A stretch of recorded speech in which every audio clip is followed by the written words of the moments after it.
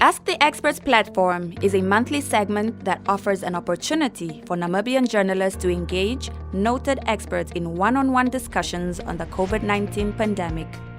Journalists get to pose questions to experts in various sectors to ensure that they are equipped with the necessary information to better inform their readers, listeners, and viewers. COVID-19 is our common enemy. Together, we can defeat it. Proudly brought to you by the Namibia Media Trust and the DW Academy.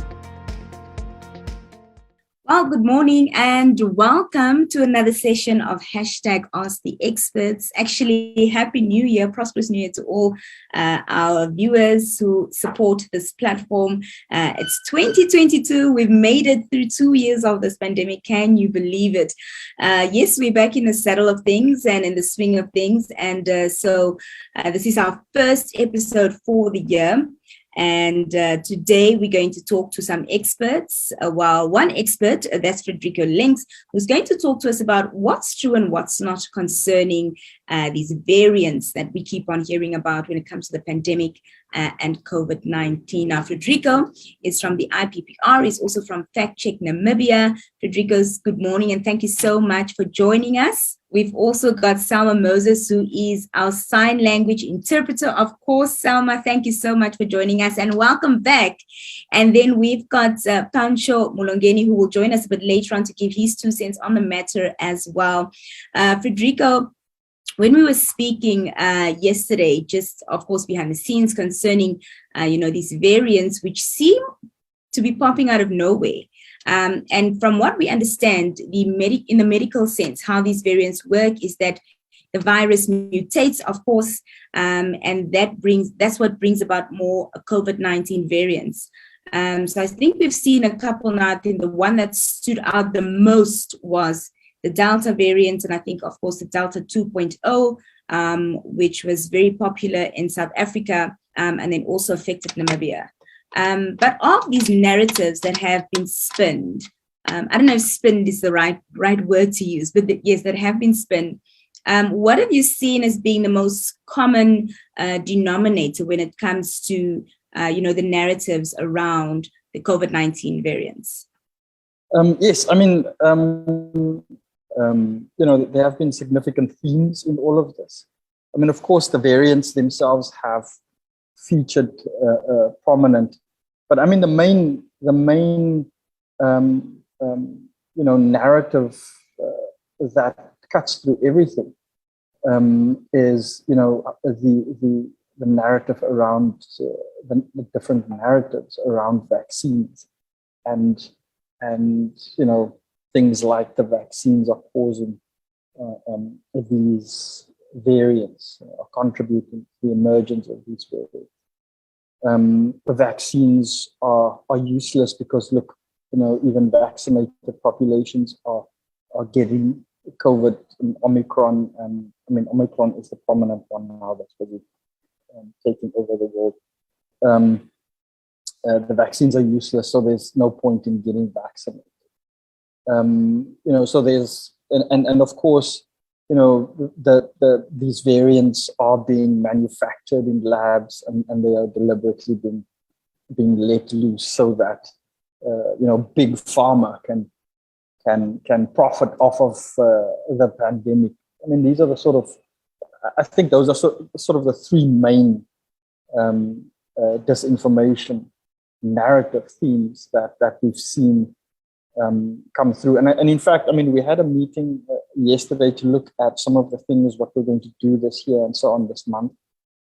And, people were in our discussion, my associates who were talking about, just sort of what have you been seeing during the holiday season?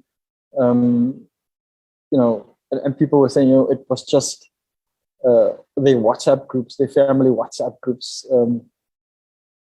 just a mess with people, sharing around these YouTube videos and these long WhatsApp posts. So that it hasn't abated. And I think every time, I mean, if you look at it, and this is just intuitive. I have no data on this. We'll have to go back and take a look at it. Pancho Mulongeni, good morning. Thank you so much for joining us. Pancho, just for our viewers this morning, just introduce yourself and tell us where your area of expertise lies. Thank you so much. My name is Pancho Mulongeni. I am based now in London, the UK. I came to work here during the pandemic, and I came to work as an epidemiologist. First, I was working on tuberculosis, and then I worked on malaria vaccines. So I worked both in the British Civil Service, and I worked at Imperial College, which is a leading university here in the United Kingdom, which has actually been at the forefront of COVID-19 interventions, mainly in modeling and forecasting how different interventions will impact the pandemic and whether it will lead to a decrease in infections, whether lockdowns are effective, and so on. All right. Well, Pancho, as you know, we're discussing the different variants that we've seen come forth over the past 2 years. I think the one that has stood out globally so far the most was obviously the Delta variant. Tell us what your experience with that has been like, and also how it affected the UK. Was it as, troublesome and worrisome as it was for, for example, Namibia and South Africa? Well, the Delta variant was very worrisome here because it became the dominant variant. And in the UK, we had the Delta variant, especially last year, if I remember correctly, over the summer, and even earlier, it replaced what was known as the Alpha variant.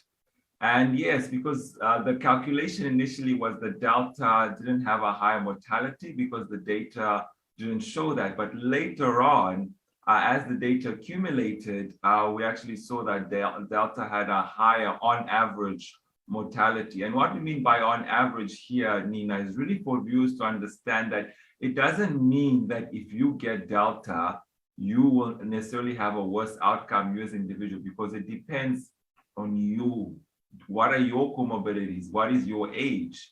But on average, if we were to look at a whole city, on average, more people would have worse outcomes with Delta than with the previous variant. That's what it means. And I think that's what viewers need to bear in mind before feeling that, my goodness, this variant, now we have the Omicron, right? Which has overtaken Delta. And people say, oh, well, it's milder. Yes, it is milder on average, but that is on average. So it all depends on you and your background, or your family member and their background and their comorbidities. If you have a family member who has several comorbidities, such as diabetes, older age, and obesity, it may still be severe for them. Speaking of the Omicron variant that we're all familiar with now, I think you just mentioned that it has overtaken the Delta variant. In what sense? Because what's being portrayed in the media is that, yes, although the Omicron, and I think the reason why Omicron has spread as quickly as it has is because of its rate of virality, if I understand that correctly. Please do correct me if I'm wrong. So it's more infectious, you catch it easier. And that is because of the number of spike protein, which is on the actual virus, which is higher. But you can correct me there. Once again, I can see your facial expression. But tell me, in what sense do you mean that it has overtaken the Delta? Because as I said, the information that has come forth is, yes, it's way more highly infectious than probably what the Delta was, but also that you wouldn't necessarily get extremely sick from it. You'd have very mild symptoms or no symptoms at all. And we've actually seen with the statistics that have come forth daily with the Namibian COVID, figures, is that very little people are actually being admitted to hospital as opposed to with the Delta variant. Yes, people are getting sick, but they're not getting death. Well, actually, let me start on your last point, because there was an article in the Namibian newspaper, I believe yesterday or 2 days ago, that spoke about how deaths actually have continued to increase. And I believe there was also a mention of the fact that some people are actually dying at home, which is a disgrace for our country, that people will die at home without seeking medical care. And to speak about the Omicron's variants increased transmissibility, yes. So it's not that the number of spike proteins on the surface has increased. It's more that the affinity of these proteins for our cells is higher. So what does that mean? It just means that the virus needs to attach to our cells to gain entry.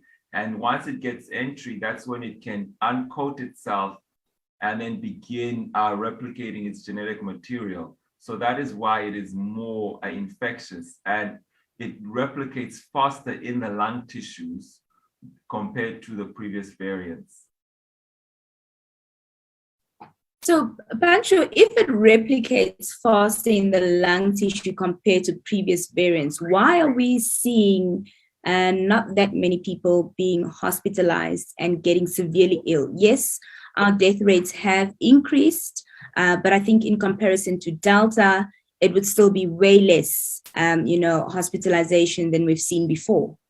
Well, I think it's still early days, unfortunately. Remember that the peak of our COVID our cases last year was around our winter time, and we still haven't seen that yet, unfortunately, because we're still in high summer.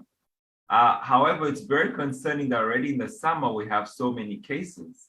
And so I don't believe we should take a blasé approach and say, well, South Africa has stated it has a lower on average mortality, so let's just forget about it. On the other hand, also, we don't want to cause panic. So I think we need to take a balanced approach, but also look at our numbers in Namibia and see our numbers are still high, and we're not even in winter. So your question was, why does it have less of on average mortality? Well, it may be that it's a viral trade-off. Basically the variants, if a variant is more transmissible, if it has a higher mortality, it's less likely to continue transmitting, because if you kill your host before you can jump to the next host, then you not very good virus, right? So the virus selection pressure works in a way that you select for the virus that can best transmit, and that sometimes can lead to lower mortality or what they call virulence of the virus, that it causes severe outcomes. So for example, taking another virus, Ebola, why Ebola doesn't really have the same behavior as COVID is it kills the hosts very quickly. So you'll not get a huge pandemic like this because the host will die so fast and be too difficult for you to jump to the next host. So that's just for you to have an understanding. All right, thank you.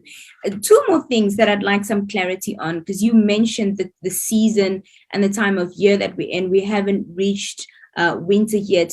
And when COVID was still very new to all of us, that was one of the things that, was spoken about, when you're in warmer weather, you would see less infection. Where you would be in colder weather, you'd see higher infection rates. Please tell us if that is the truth, and also why that is. And then secondly, also with the Omicron variant,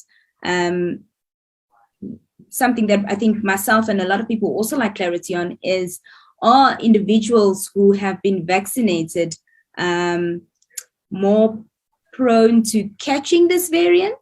There seems to be some sort of correlation between being vaccinated and the Omicron variant.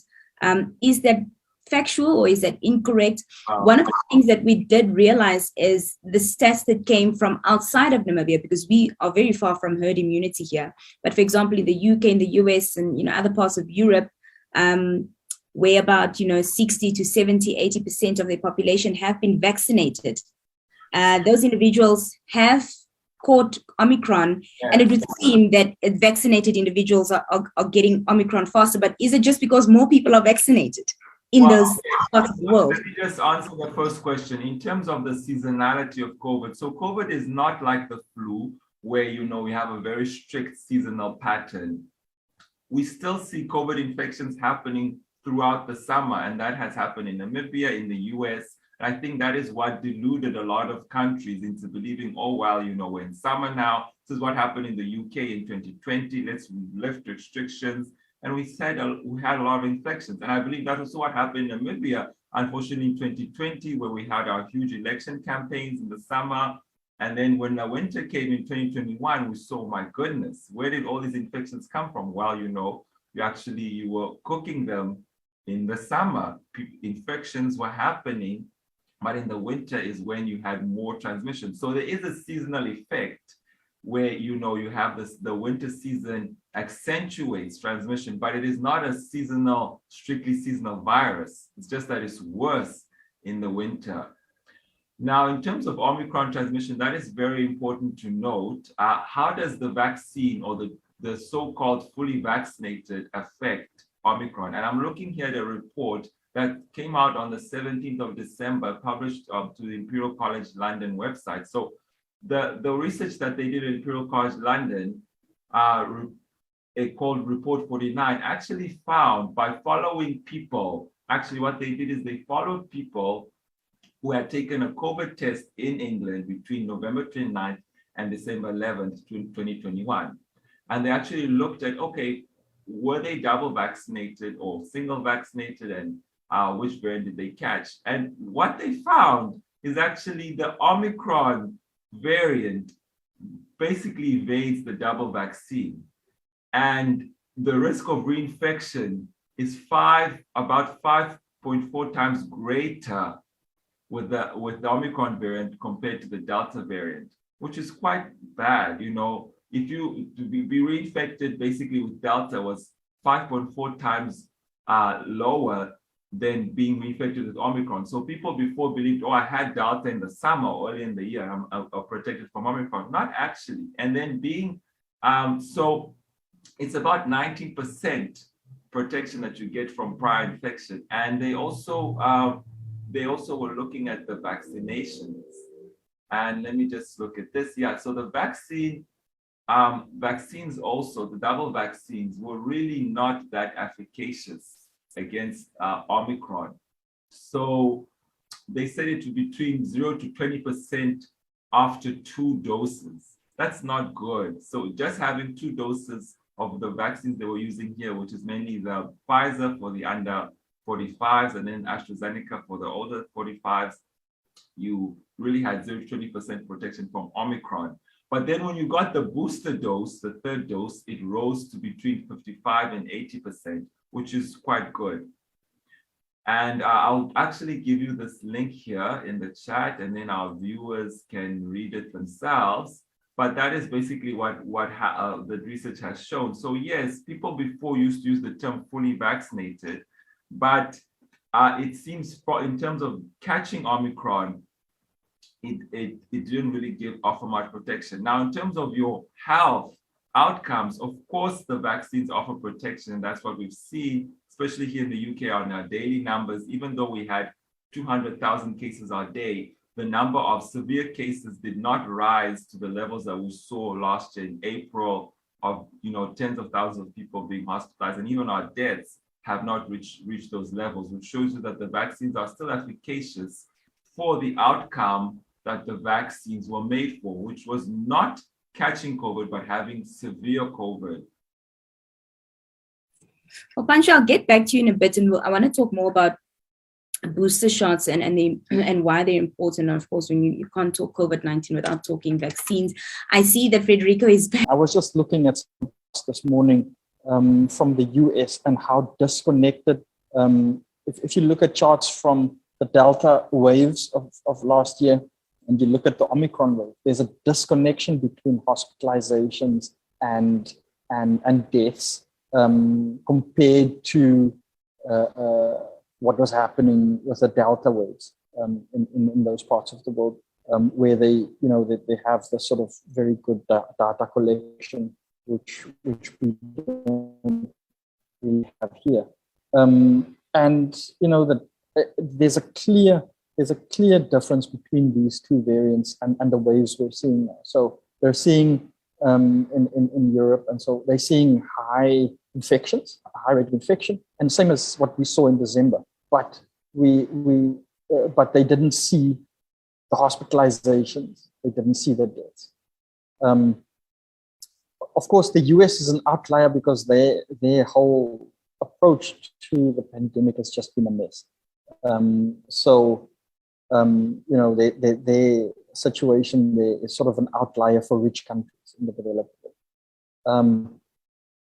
But in the rest of the developed world, in Europe and other rich countries, that has sort of been the trends, the transmissibility. Now, of course, this has been, the narratives here have been around, why should we get vaccinated if this is the case? But, the messaging should be, you still need to get vaccinated so that you don't end up in hospital and that you don't die.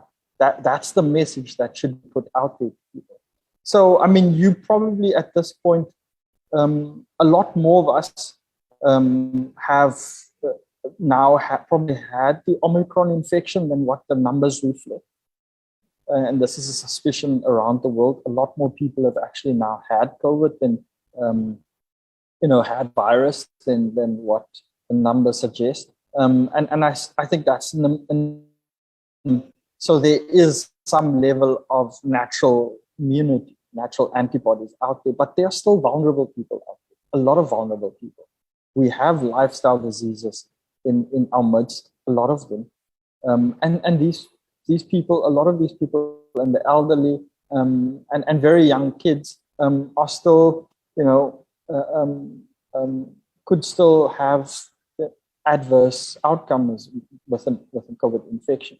And so the narrative that we've seen drift into our COVID-19 information spaces is this thing about your natural immunity is, now we've all had Omicron and people go out of their way. I saw some reports where people go out of their way to get infected so they can get this over with, which is a dangerous strategy. You don't know what's going to happen, whether you're one of those people who might have an adverse, a really bad outcome.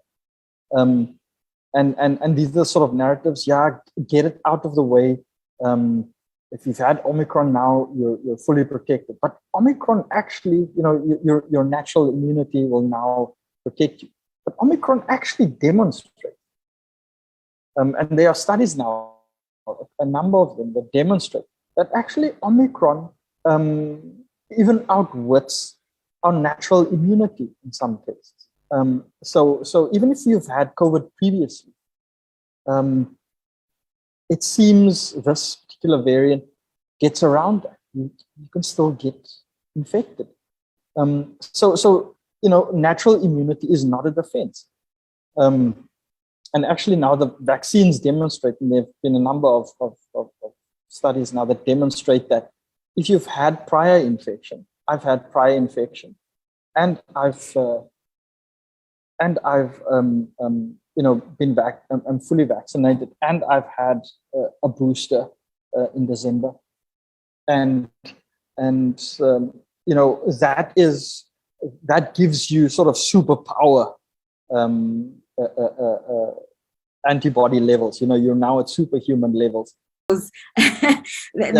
Another question is how many boosters are we going to have to take at the end of the day? Now that's where the things become tricky.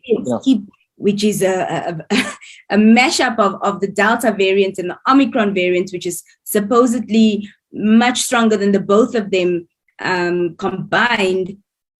So how long is this, superpowers of yours going to last with this booster shot that you've had, and how many more booster shots do not only you but people around the globe have to take? And Pancho, I also would like you to come in there after Frederico's answered, given his 2 cents on this, in terms of, and Frederico, this takes me back to, instilling a sense of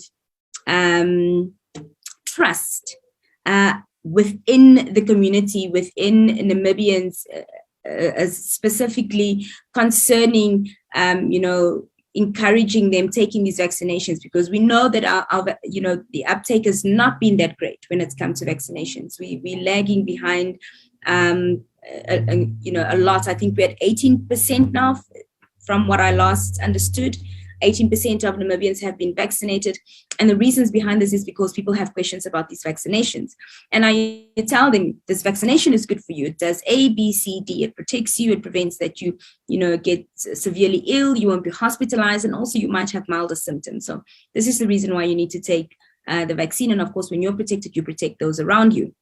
And then Omicron pops up. And then we hear that actually the vaccine that you took doesn't protect you much against this variant, because this variant is not something that we prepared for. And so now your 78% protection against, the coronavirus is now dropped to something as low as 20%. So now you need to take a booster shot. And now you do take your booster shot. And so now your protection level has gone up. And then Deltacron comes out. And you hear that it's, more stronger than what we've ever known before. So how do we instill confidence within, individuals in terms of taking the vaccine and bringing us up to the level where we want to be, which is herd immunity eventually, and also then, Pancho, how many of these booster shots are we going to have to take? But Frederico, you first. Studies show that actually, even if you now catch the virus, the SARS-CoV-2 virus, Omicron, against all the variants so far, and this is the messaging that people need to hear, and this is actually stuff we're busy working on at the moment at Namibia Fact Check, is that you're still, if you're vaccinated, you're still far less likely to end up in hospital, and you're far less likely to die. That is the message. But the message should make it clear that you can still catch the virus. You can, this is the situation. But you're most likely not going to end up in hospital, and you're most likely not going to die from this. This is the message, and this is what we should hammer on. And the boosters are there to sort of and explain to people exactly the question you asked me. Explain to people why these booster shots are necessary. Why this is why we need to do this. Israel has now moved on to a fourth. So they've now they're doing a second booster. They've already boosted. Now they're doing a second booster. So people want to understand what's happening, and unfortunately, as these variants emerge, we can't predict the future. We can't model the future. We can model the future, but we can't with certainty say this is going to happen. Now, what is happening is that we're probably going to continue seeing variants emerge, and if you've been vaccinated, you're far more likely to get through that landscape of variants unscathed than somebody who isn't vaccinated, regardless of what the variants are that emerge. Now, Deltacron, from what I've read, is not really an issue, and then it is sort of something that and there's another one, this IHU, that has been detected in France, but which the World Health Organization has already been monitoring since October last year, and it doesn't seem to have gone beyond a small cluster of infections in France, in southern France. So that doesn't seem to be a problem. And then this Deltacron, what's been dubbed Deltacron, from what I've read, hasn't also been sort of classified as a problematic or a variant of concern. So I wouldn't, co-infections do happen. You do get sort of a flu and a corona and a SARS-CoV-2 infection. We've seen that happen.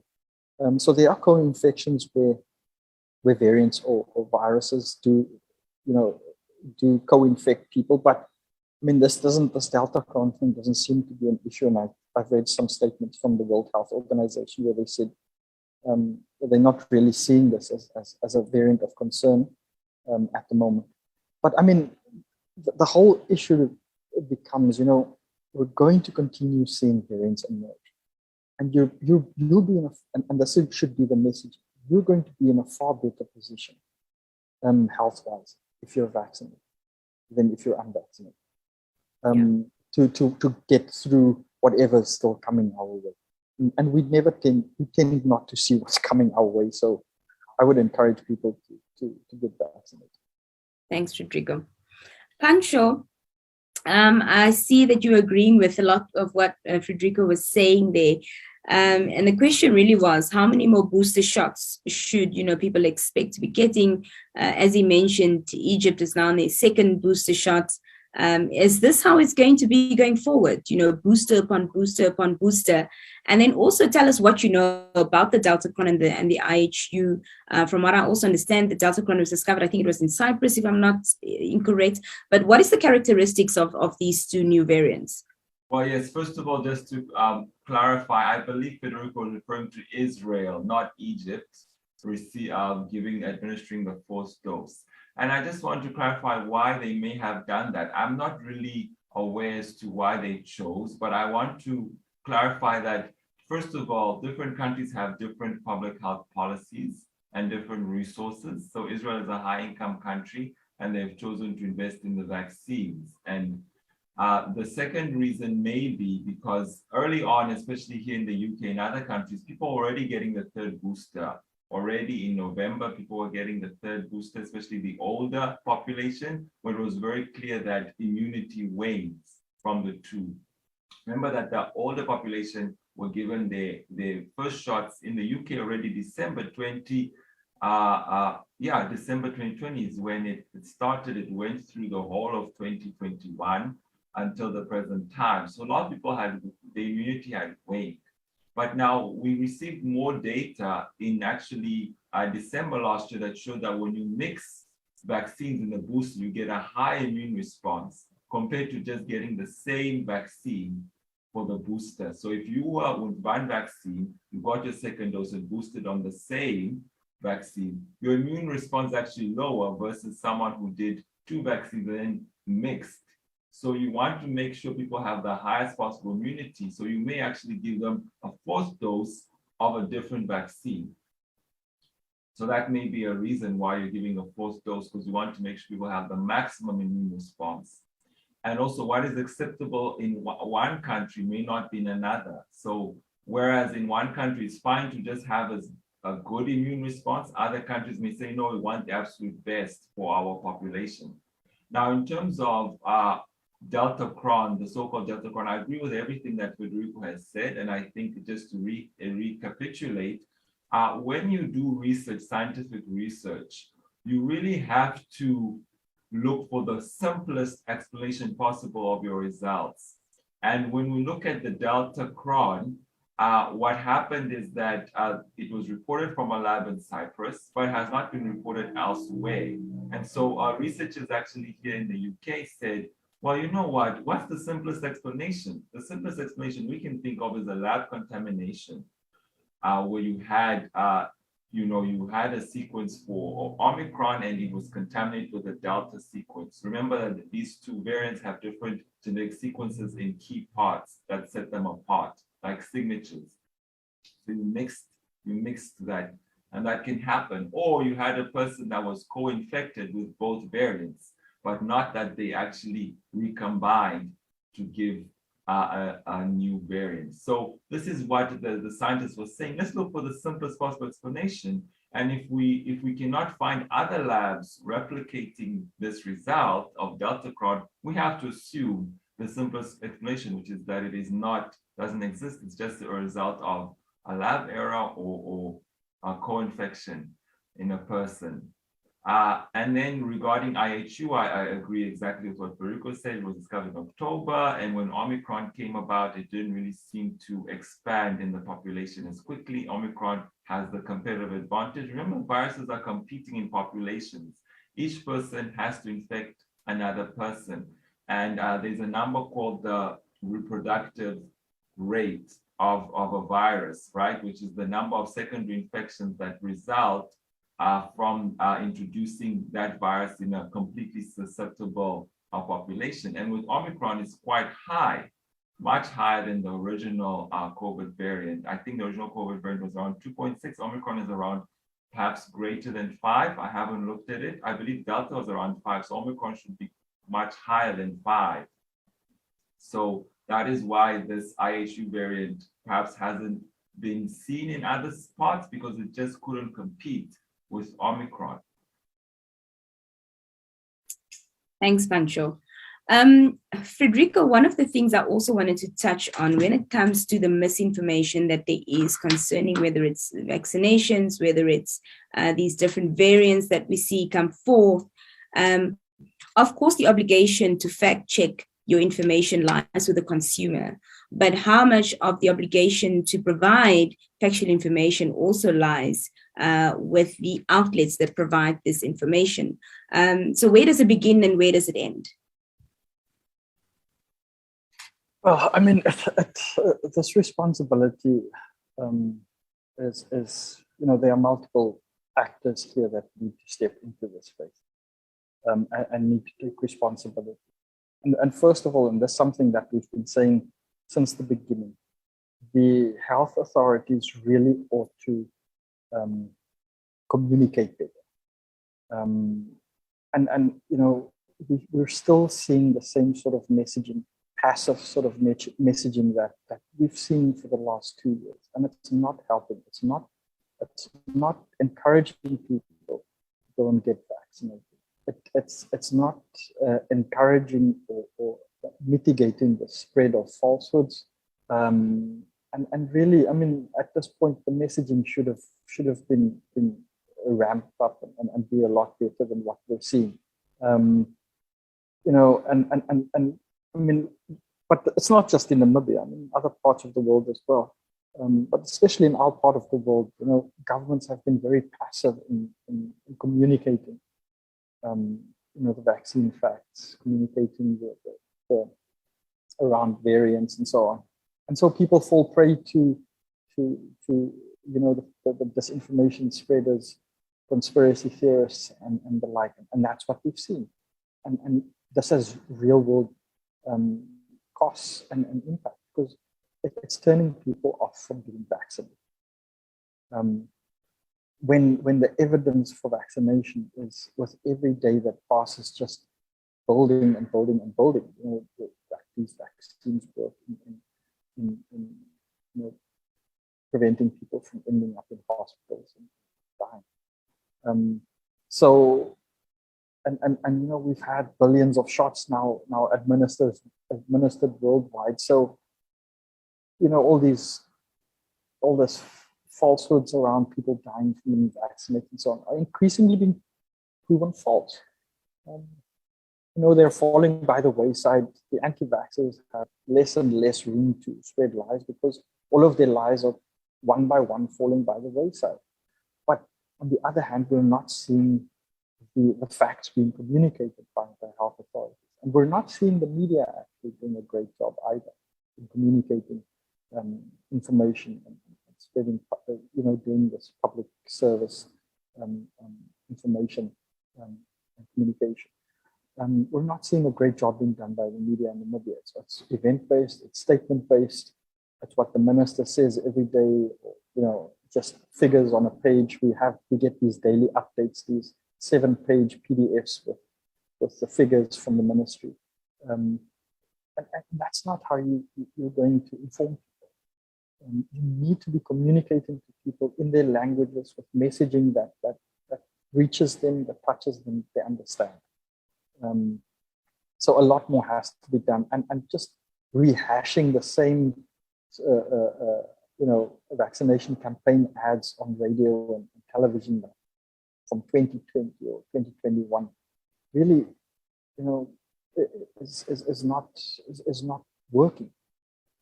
So I mean, the messaging, the communication has to improve a whole lot, especially if we're going to be seeing variants continuously emerge in under-vaccinated populations, such as the African continent. And we need to talk about the things that matter. You know, the things that matter are that if we want our tourist industry to come back, to survive and so on, people aren't from Europe and America and the rich world aren't going to come here if they are going to be confronted with an unvaccinated population. They've seen the impacts in their part of the world. They're not going to come here and spend their money here if people aren't vaccinated. So we can kiss the tourism sector goodbye. There are going to be people from now on are going to go where they know people are vaccinated, where there are credible and comprehensive public health policies and and regulations in place. And this is the sort of message, the bread and butter issue message, employment message. If we want people to come here to invest here, if we want tourists back and so on, then this is the route. Vaccinate, get vaccinated, so that we can tell the world we are a vaccinated population, we're open for business, please come to our country. If we don't do that, we're going to be talking about the economic impacts for years and years. And that's the message, that's what we should be communicating to people, along with the health information about the evolving nature of COVID-19 and the variants and the like, and what the appropriate ways are to deal with this, because this is also changing. So we have to find a way to live with this and through this and so on. But for that, we need to be talking, we need to be transparent, we need to have the right communication. Yeah. I saw, just as we're rounding off our discussion this morning, I saw a tweet yesterday where somebody said, they tell us that we're in the middle of a pandemic. What if it's not the middle? What if this is the beginning? What are your thoughts around that, Frederico? Do you think we're, sort of are in the middle and the end is in sight, or is this just the beginning of a very long nightmare? I think it would not be a safe bet for you to bet on that. We don't know where we are. We have winter coming on, and we might have another variant then, and we might have another wave. And then, if you had placed money on right here and right now on, I think we're coming to the end of this. We all have immunity now, whether it's immune-induced or whether it's natural immunity and so on. And then the next variant comes, and this thing bypasses, totally bypasses the vaccines and totally bypasses natural immunity. And then we're, come December 2022, we're right back here and talking about, what now, where are we going and so on. But I mean, I've recently listened to some scientists talk about this, and they're saying, we'll probably have sort of shorter waves, less severe waves for the next year, 2 years. And then around 2025 or so, we'll probably be looking at this the same way we look at the flu. This will have, the tide will have turned against SARS, against COVID-19. But that's in rich countries where everybody will then be vaccinated. Here we're talking about a very severely under-vaccinated population, and it might actually continue. But in the rich world, they're sort of already talking about, this is, we can see the severity of this sort of coming down with every wave. Yeah. Even though it's still bad, we can see there's a tapering off of severity in terms of outcomes and so on. So this could be, we could be by in 2024, in 2023, 2024, we could see in the rich world now, see COVID-19 becoming sort of something that is managed quite well. Yeah. But in our part of the world, it could still be a very serious health issue going forward if we don't get vaccinated, if our health systems don't hold up under the strain that we're still experiencing at the moment. And Namibia is in a much better position than some of our neighbors and some of the countries on the continent. So we could be in a good position if a lot more people get vaccinated and we have high immunity levels and so on. So hopefully people come around and see that this is what if the next variant, and this is the scary scenario, what if the next one is not just highly transmissible? What if it's actually highly deadly as well? We're sort of dodging the bullet here at the moment. Omicron is sort of a wake-up call. We have this highly transmissible variant. that isn't, that sort of has milder outcomes than, and we have to put the mild here in inverted. What if the next one is highly transmissible and highly deadly? What if this is a MERS-like, the Middle Eastern coronavirus from just over a decade ago, which is had a high death rate? What if this is a MERS-like version, that the next variant? Then we'll see bodies stockpile. Hospitals, health systems fall apart. And then what are people going to say? Then you're going to see people run to get vaccinated if that happens. Now they're sort of, because Omicron is a milder variant, we don't need to. But I mean, we have to think about this and sort of see where it's going. And this needs to be communicated. Yeah. This needs to be communicated. Thank you, Frederico. Pancho, just also as we, rounding off our discussion, Frederico's actually said a lot there, in terms of what the future holds. One thing that has been consistent over the past 2 years where this virus is concerned is that it's unpredictable. And so, and also that there's a lot more to be discovered, where this virus is concerned.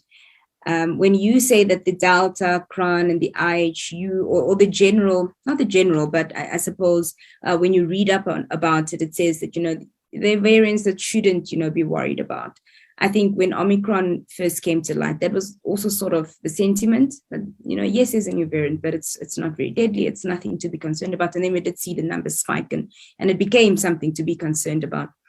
So in terms of going forward, have we seen the worst of this Omicron variant, or are we still in the dark, concerning this variant and how potent it really is? And also what I posted concerning that tweet, are we at the, is the end in sight, or are we really just literally at the beginning of a long and winding road? Well, I think to answer your first question, let me re-emphasize what Frederico has said, and I also said regarding Deltacron, it's not clear that it is a new variant. Let's not take it as a given that it is. It's most likely a result of lab contamination. There's still data that needs to be published and circulated for us to say that it is a new variant. And as for IHU, as we said also, this is not new. It started in October and it has not reached high transmissibility yet. We don't see it everywhere. So again, this is a good example of how media houses around the world can actually sensationalize, as we said, 2 instances of COVID that are not really new variants at all. And I think that's the same thing about the future. We may think that we're in for an even darker road, and we could have more super variants coming out there. But as I mentioned before, the more virulent the virus is, usually the less it's going to spread. And I think that's why SARS-CoV-2 was able to spread quite quickly, because the first variant was virulent, but not to that extent of, let's say, Ebola, right? Why did we not see an Ebola worldwide? Well, because Ebola kills very quickly. So if we have something that kills quite quickly, it's not likely to spread as extensively, because unfortunately the people would be dead before they could spread it.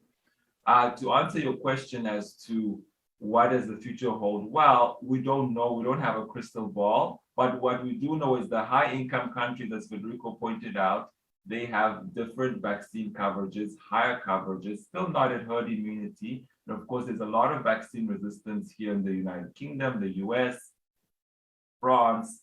Not everyone will be vaccinated. For sure, many will remain unvaccinated.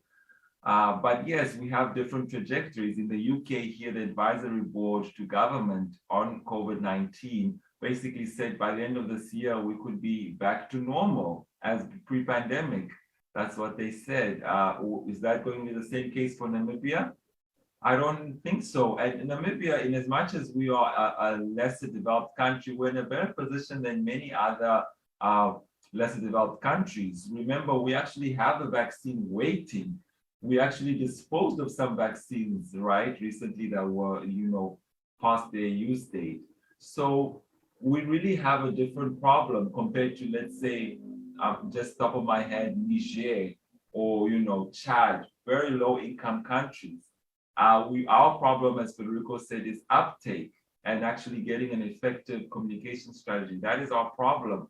It's not our lack of vaccine. And then we may also have another problem, which is our stigma. Why is it that in spite of all the people who passed from COVID, including prominent Namibians, no one really came out, very few came out to say, well, so-and-so passed of COVID and they were unvaccinated. Don't hear it. Similar to HIV, in the early days. So I believe we need the same resolve that we had with HIV in terms of fighting stigma, speaking out and saying, you know what, my uncle was unvaccinated. He succumbed. I wish this were not the case, Then perhaps we'll have a turnaround, especially since these people who passed away are prominent community leaders, and they're leaders of Namibia as well. And I think this silence is actually quite deafening when you don't know. It was just like with the AIDS pandemic. Someone died after a short illness. What does that mean? We need to be forthright, and perhaps then we can really have a turnaround in Namibia so that we can avoid really the massive amounts of deaths and also the harms it will cause. Another thing I want to point out is we are better than our neighbors. I'm not so sure. Look, South Africa has apparently approached 47%. And we are still at less than 20. So are we really that much better? So perhaps we should ask, what is South Africa doing that we are not doing? Pancho, thank you so much, and thank you for your contribution. It was absolutely lovely talking to you. I hope to have you on again sometime in the future. Frederico, thank you to you as well. Thank you for your time, and thank you for speaking to us this morning. To all our participants, please do know that this episode, of course, will be up on the NMT's YouTube page in a few days. If you'd like to watch it again and catch some information that you didn't catch today, you can watch it there. But from myself, Nina Katangana, and the rest of the NMT team, thank you for joining. Until next time, it's goodbye.